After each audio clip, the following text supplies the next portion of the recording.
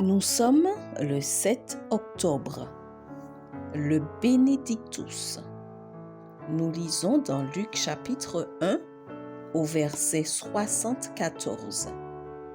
Délivrés de la main de nos ennemis, nous le servirions sans crainte. Le cantique d'Élisabeth pour annoncer la naissance de Jésus est la première prophétie du Nouveau Testament. Dieu a rompu le silence prophétique de 400 ans avec la voix d'une femme. La deuxième voix prophétique du Nouveau Testament est aussi celle d'une femme, le Magnificat de Marie. Le troisième chant prophétique du Nouveau Testament a été prononcé par Zacharie. La dernière fois qu'il avait parlé, il avait exprimé des doutes, mais ses premiers mots, après 9 mois sans voix, ont été paroles de foi.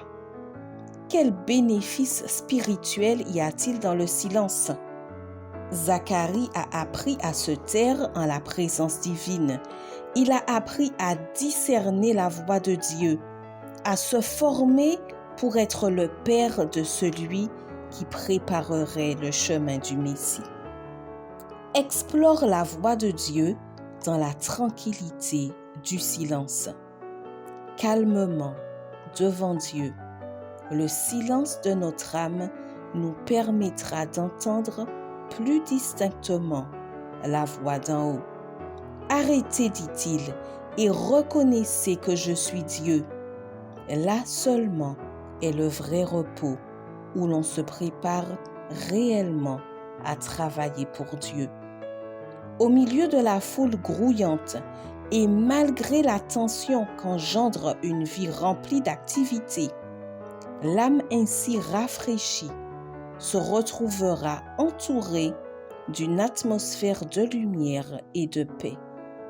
Un parfum se dégagera, manifestant une puissance divine capable de toucher les cœurs.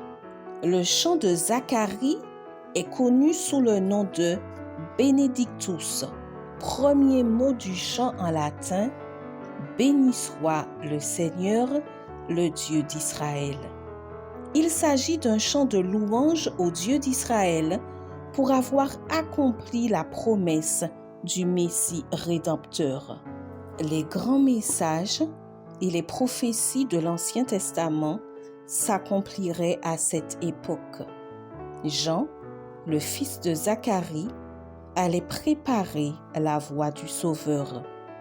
Dans ce chant prophétique, cet humble vieillard a résumé les centaines d'années de souveraineté de Dieu dans l'histoire d'Israël, depuis Abraham jusqu'à l'éternité. Sur un ton sacerdotal, il a divisé son chant en 2 sections. D'abord l'œuvre du Messie, puis celle du précurseur, son propre fils, montrant qu'il avait fait des recherches sur les prophéties concernant le Messie et Jean le Baptiste. Le Messie, le Seigneur Dieu d'Israël, viendrait pour racheter et méritait toute crainte révérencieuse.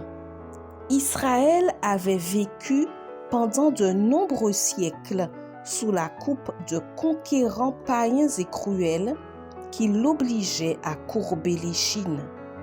Le Messie attirerait tout le monde à lui et son amour soumettrait et inviterait à la révérence. Aujourd'hui est un bon jour pour bénir. Bonne journée et que Dieu te bénisse.